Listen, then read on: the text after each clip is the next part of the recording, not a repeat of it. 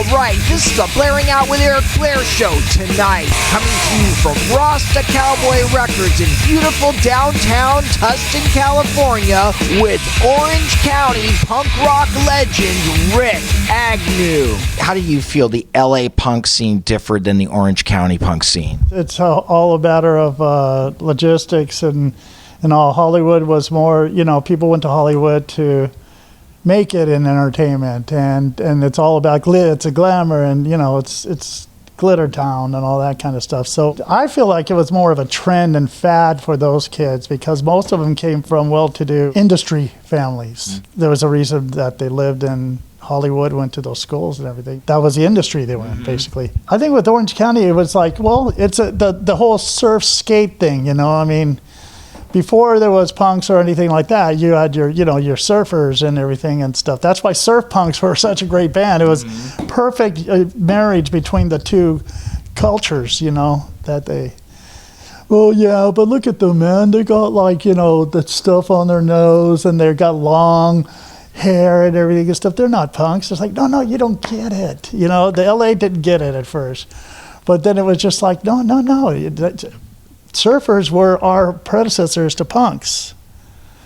So it made perfect sense. Plus, they were cool guys. And the drummer was, his brother was Captain from Captain Tennille. Yeah. So you hung out with the surf punks then also? Yeah. Later on, the guitar player, singer guy, he had a band, not the Crowbar that we know from Louisiana, but it was called Crowbar. They played a couple shows, and they had Marty Nation singing. Marty Nation was just like kind of, I don't know, he was some kind of cult figure kind of guy or whatever stuff. He was the one that was with Lydia Lynch in that movie Fingered. Yeah, so he sang in a couple bands those like kind of scary, hick rock bands or something. I don't know. They always kind of frighten me. Tell me what you love about Lisa Fancher and Frontier Records. Everything. She's always been there from day one. Is still there today.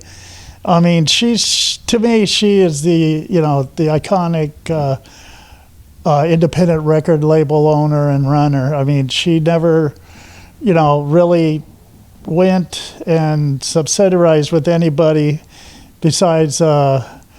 She would just do licensing now and then, but that wouldn't always last. Like when she licensed some of her catalog to Epitaph Records, just because, Brett Gurewitz wanted to be able to have those albums on his label because that's stuff that influenced him.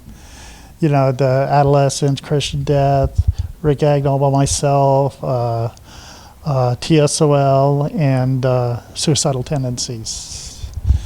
And so that was licensed there for a while. But she's always there, even like when I was at my worst and everything, and I'd be broke, and, it's like, I got to get some money for, something.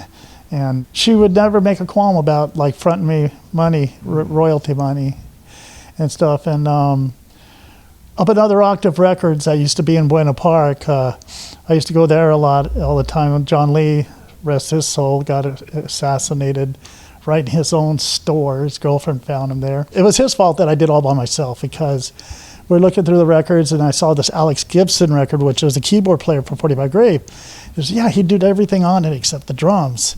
He goes, a new drum. You ought to do an album all by yourself. And I'm just like, ping, lifeful. So I just, thought to myself, well, when I get home, I'm going to give Lisa a call. And I called her and I go, yeah, Lisa, what would you think about me doing an album where I play everything and stuff? Would that be cool? And she goes, sure. So we went and did it.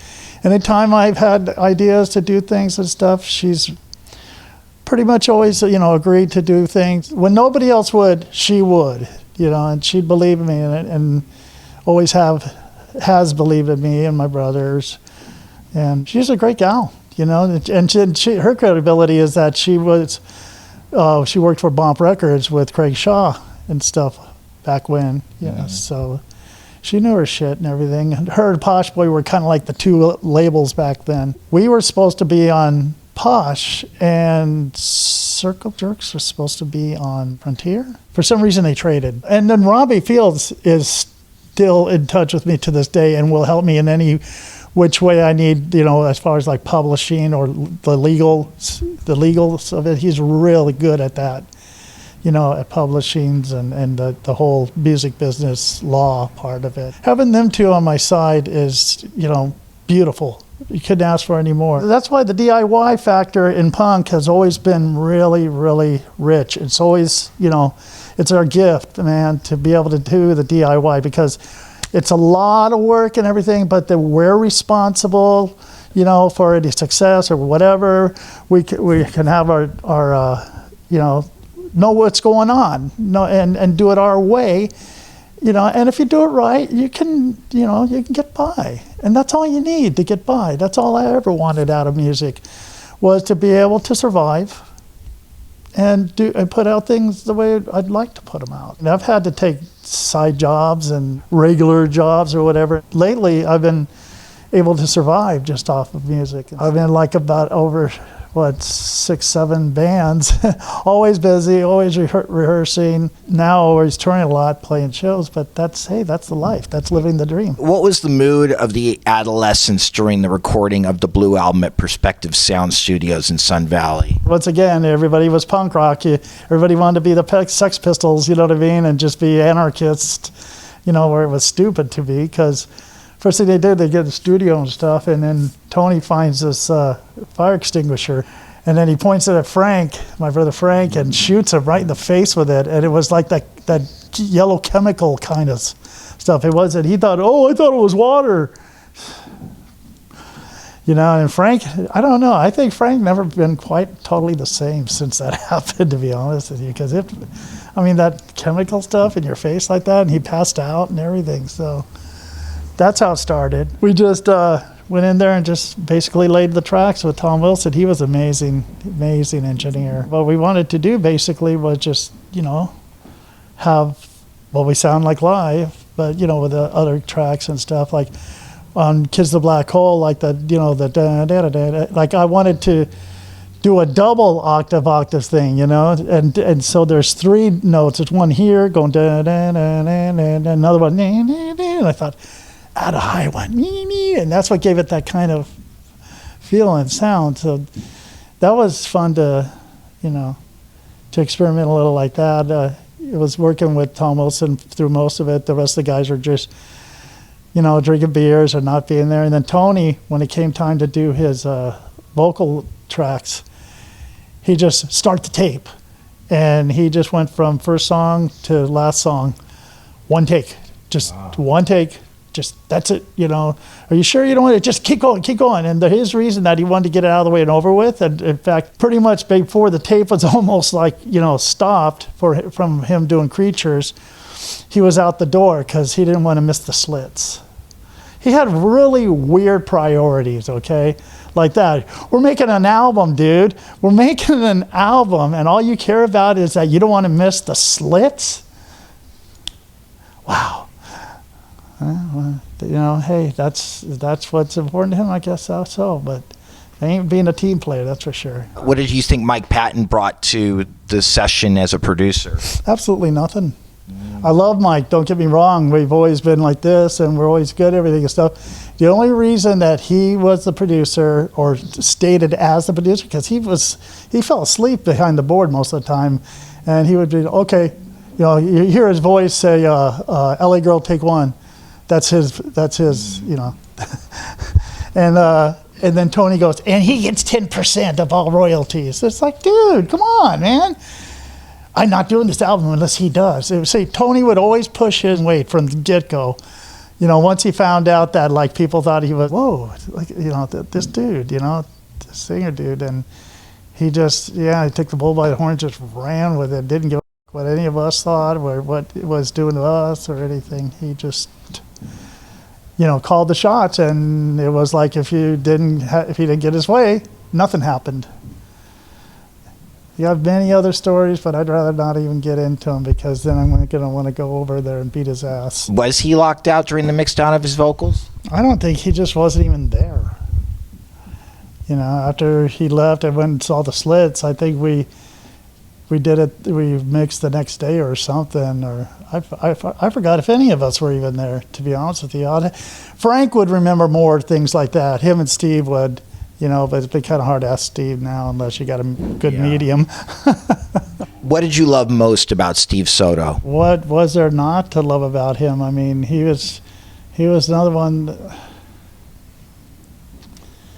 Next. Why did you temporarily become a casualty of sex, drugs, and rock and roll? Temporarily, because you pulled yourself out. Because it's fun. I like partying. I like drinking. I like doing drugs. It was fun. I like being in that altered state of mind. I didn't like a normal state of mind. It was too much. It was my brain hurt too much from that, and everything. So I just like to dummy myself up and just not give a toss, and just go for it. The only reason I actually quit was because I had this really weird sensation. I was about 350 pounds. Also, I had this weird sensation. I was sitting there. It was nothing I've ever felt before. It was like almost, I guess what you would feel like if you were dying, because I just felt like gravity lift and everything was just like too peaceful. And I told my friend Paul, can you take me to the hospital? I think I better get looked at. And I hated hospitals, so I went in there. They did like a whole diagnostic on me and everything and stuff. And he goes, so what's up? What's wrong? What's not wrong? That fat, it wasn't fat, it was ascites. I had like 3 gallons or something like that of toxic fluid that wasn't being processed through my liver.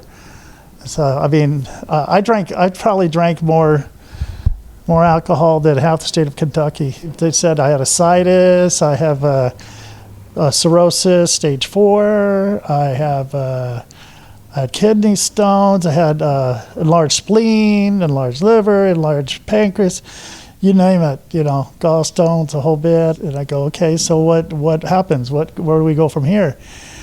And they go, well, everything that you told us that you do, that your drugs and your alcohol and stuff, you're still doing that, like that kind of stuff? And I go, yeah. And they go, okay, well, if you do, just let you know, you got a maximum of like 3 months to live.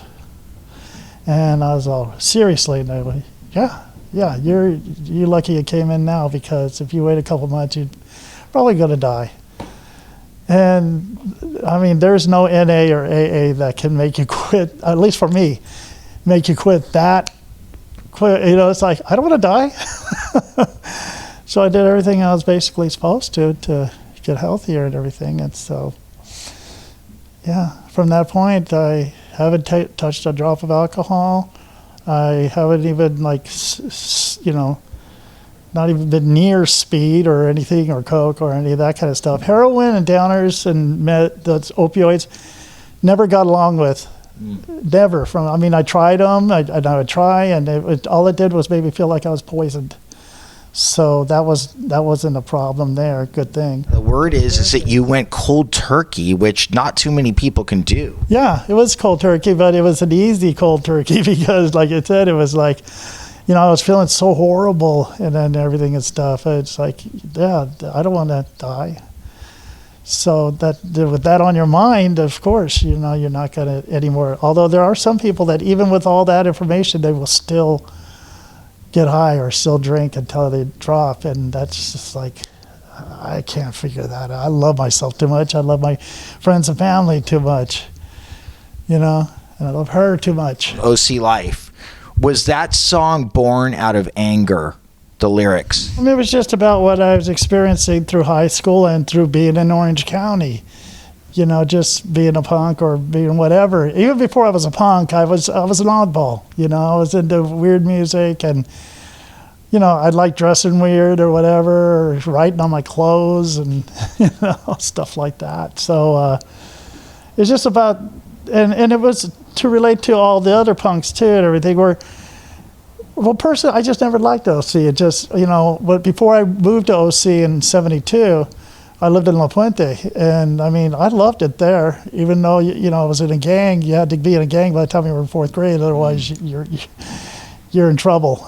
So basically, I was a cholo for about 3 or 4 years. Really? Yeah, and I didn't mind. I liked it. It was cool. There was no guns back then or anything like that. You know what I mean? the gang fights were really a crack up. You'd meet in the field, everything and stuff, and people, you'd have your baseball bats and chains and knives and stuff, but everybody would be like,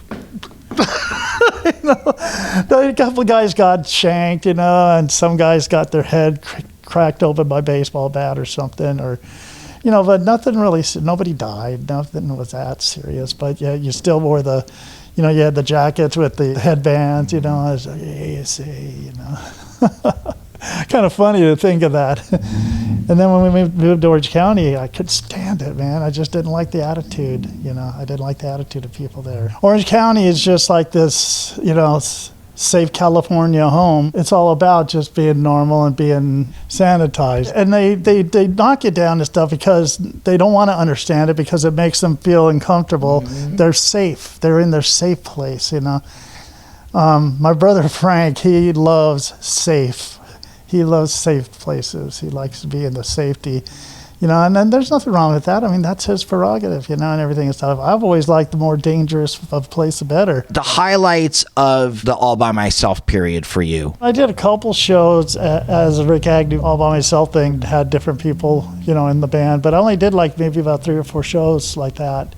And then all of a sudden, it was time to get the adolescents back together, or the detours, or DI. We were doing DI around that time, me and Casey. We've been enlisted and then booted from the adolescents 4 times, and always within a couple of weeks of each other, because we were the newbies, basically. It's always the Frank, Tony, Steve, Edward Culver photographed you for All By Myself, the Christian Death Only Theater of Pain album, and for Rikk Agnew's yard sale. What do you love about working with Edward Culver? He's like Lisa Fancher and Robbie Fields, where they're good, and you've been working for them a long time. You have something in common, being around for so many decades. He's great to work with. He's a great guy. Tell me about the film Agnew, the story of a California family. Yeah, it's an amazing project that Gabriel's taken on. Gabriel Zavala, he did a movie called Rude Boy, and then he did the CD 1334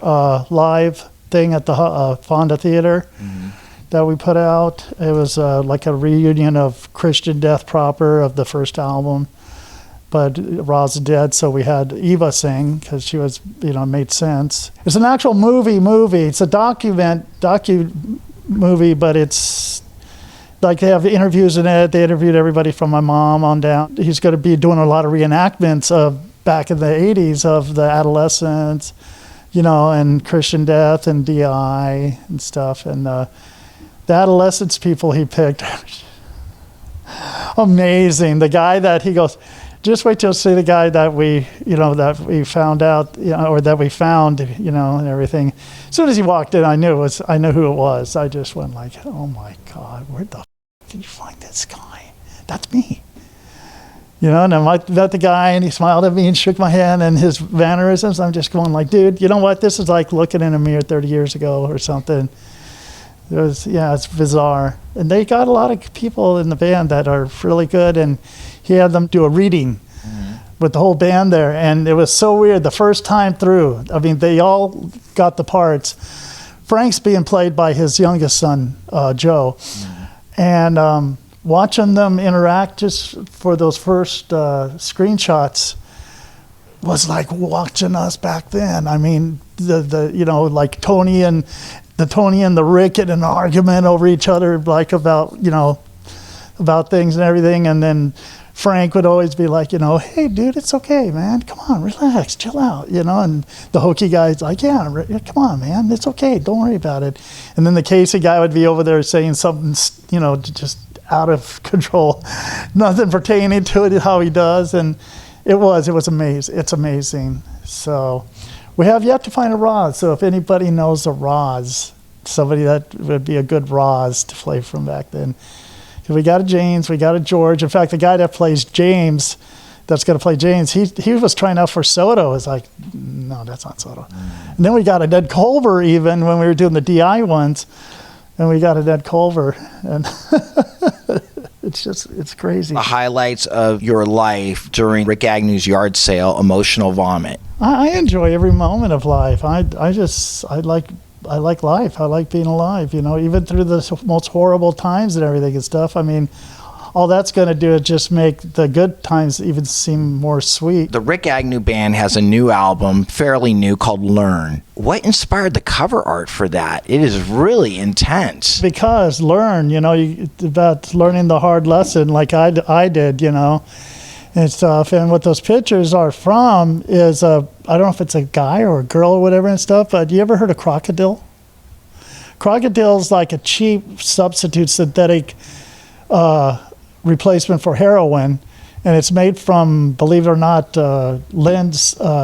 contact lens solution and stuff. And it's like, it costs nothing pretty much to make it, but it is dangerous. It gives just as good of a high as any heroin, or China White or whatever and stuff. But the only problem is when you shoot it, if you miss your vein, it becomes flesh eating. Once you've missed your vein, it'll just slowly eat away your flesh, and it just keeps going. And that's what happened to that person, their whole side of their face. Usually it's their arms, or their legs and stuff like that. And you'll see somebody with crocodile from their wrist all the way to like here. It's just like literally like clean bone, there's no flesh, no nothing, just shiny, clean bone. It eats away, and they usually, once they've done that, and usually the average crocodile user will die within 2 years or something of starting. It's like a death sentence. It all started in the Ukraine, but it's spread out. Now it's some in U.S. even. But you see all that, and you're like, why would...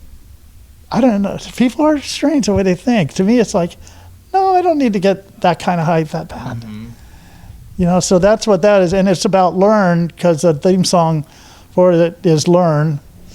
And it's just about learning things just from observation, doing a little research, Learn before you leap or whatever.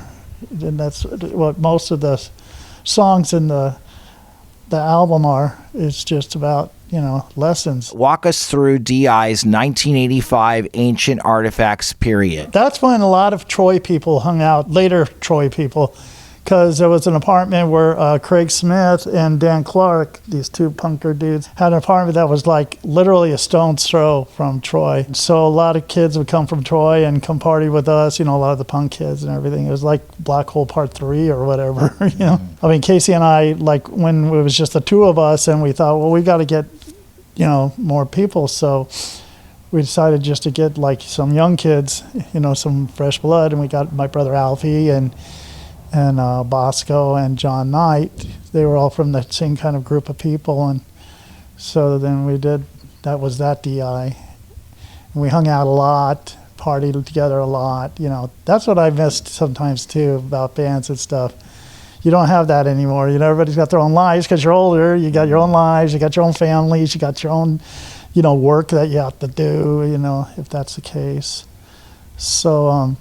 But there's a lot of crazy times with that, too, And then the next album was Horse Bites, Dog Cries, and I never understood that title. The first one, Ancient Artifacts, was basically a hodgepodge. It was like a quilt of things. Even though it shows the picture of the five of us in the back of Ancient Artifacts, it's actually myself, Fred Tacone, who came in later and became the bass player. Steve Roberts was still the guitar player. I was the drummer. Casey became the singer and has been since. And we did this recording session where we recorded the Blue album, and we recorded most of those songs there. But then by the time the album came out, the band was the five of us that you see on the back, so that's why it's like that. That first EP was recorded after I'd left the first time. After that, that's a problem. It's all kind of goes like this. There is no really smooth line at all. It's like a scribble. Team Goon was the first EP that was recorded before, but with added songs. We took the original ones, which was those guys, Derek O'Brien, Fred Tacone, Tim Mag, Casey. And we, added 3 or 4 more new songs to it. And that's after John Light left, and we had Stevie Derrett from Heavy Derrett. We called him 3 Wood because of Chaz Ramirez. When we went to record those songs for Horse Bites, Dog Cries, he was into putting, golf and everything. Chaz was, and we walked in and he was putting in his little lobby area there, and all of a sudden he would go, yeah, this is our new drummer, Steve Garcia, Stevie Dirt, this is Chaz. And Chaz looks at him, and at the time, Steve had one of those, like a total pompadour kind of, and he goes, I'd say you're about a 3-wood. That's how we got the name 3-wood. But Horse Bites, Dog Cries was when we lived in Pima. Casey, Fred DeCombe, me, and Steve Roberts. It was a house that Steve inherited with land on it in Pomona. We'd always be like, Steve would go get the heroin, and we'd wait all day for him. And when he came, we would like fix up. And that's a time when I did do heroin a few times, but once again, I just get always sick, and just trying to find that high that everybody thinks is so glorious. So we were watching TV, and there was this like dog bookend on the shelf, and then there was a horse on TV for some advertisement. And I'm watching the advertisement, and I'm looking, and then all of a sudden Casey just runs by. He stops, he looks at me, he looks at TV, and he goes, "Horse bites, dog cries." And points, at the horse and then the dog, and just and kept walking. I'm like, okay. And I remembered that, and I thought, okay, that's going to be the next name of our next album. That's the only story behind that. It did have an alternate meaning because we were waiting for heroin stuff. They call heroin horse. Okay, so like when you're jonesing for it, or if it's hitting you, the horse is biting. And then, the dog is the junkie, cries, because he doesn't have the horse. So it was like that too. Ancient Artifacts, that's why we called it that, because it's old songs. Horse Bites, Dog Cries, and then Team Goon, which was this one with the added songs, and then after that I left. What was your motivation in joining Christian Death? Because they were doing something different, doing something really, really cool. I always liked that horror stuff, I always liked old horror movies, the Monsters, Addams Family, and I always thought it'd be cool to be in a band where you use that kind of thing. Actually influenced by that band in that movie Phantom of the Paradise. Mm-hmm. Yeah, that movie had a lot to do with forming a lot of scenes and stuff. But there was that one scene where they're dressed in white face and they got the black eyes and everything, and they're cutting people's arms off and heads off to build this amazing singer named Beef. To me, it was the biggest influence ever, and so when Christian Death were going to play, I thought they were just another punk band. It was at Pomona, Adolescent headlining. They were opening, so we're like, I wonder what and that's when I met Roz, in the bathroom and stuff. He was fixing his hair in the mirror, and I'm sitting there taking a piss. I look over at him, and it was just like that. And then when they played, it was like, oh my God, this is amazing. They had these followers that looked like they were dressed for a funeral. They lined lilies up on the floor there on their stage and everything, and they just had this weird dark kind of thing going and stuff. But the only problem was it just sounded like Black Sabbath to me, because the guitar player had no creativity. He just played chords along with the notes. And I'm thinking, God, if I had this band, I would just get keyboards. I would just use, the guitar thing and everything, and just really go to town with it. And then so I talked to James and George afterwards and exchanged numbers and everything. And 2 weeks later is when I got kicked out of the Adolescents. And so when that happened, not only did I see, this is what a big baby I was. Not only did I well, fuck them guys, the Adolescents. Then I was like, you know what? Fuck punk, fuck all this shit, man.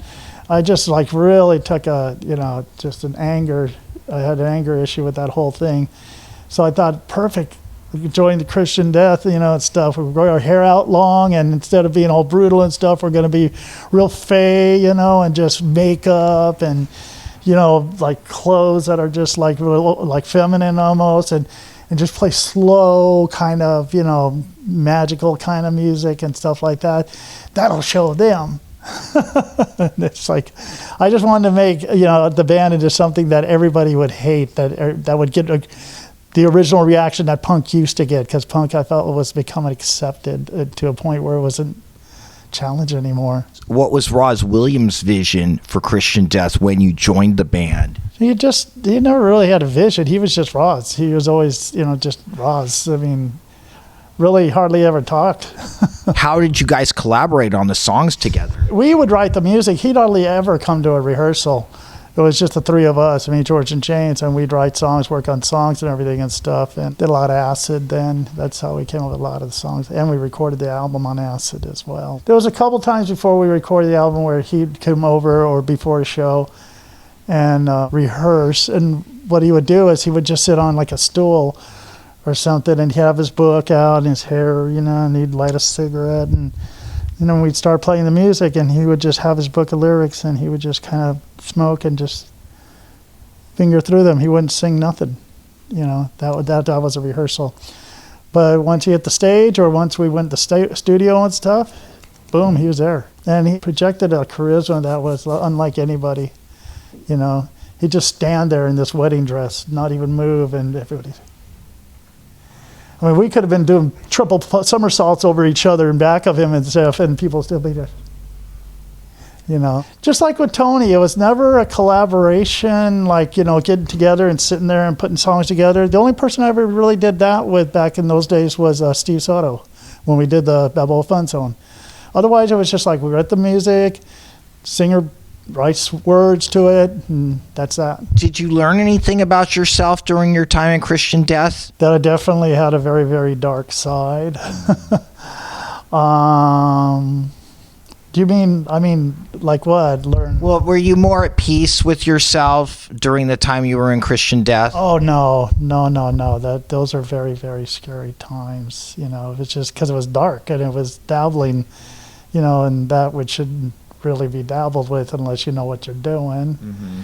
And and Ross could be somewhat of a prima donna sometimes. In the later years it got hard to work with him, but before that it was just a matter of just go get him and play the show, drop him off, whatever. Then we had our our graveyard ritual before shows and stuff. We'd go to the graveyard, we'd take like statues or floral things, and stuff like that, and bring them for the stage. Besides that, we didn't really hang out much with him. He had his own group of people that he'd basically hang with, that he did before and during and after. What prompted you to exit Christian Death? Just really, things got really bad, really scary. Believe it or not, me being scared, but I was, it sounds like a big true, but it's a true story, but it sounds kind of like conjured up. But I was having like a lot of night terrors, a lot of visits,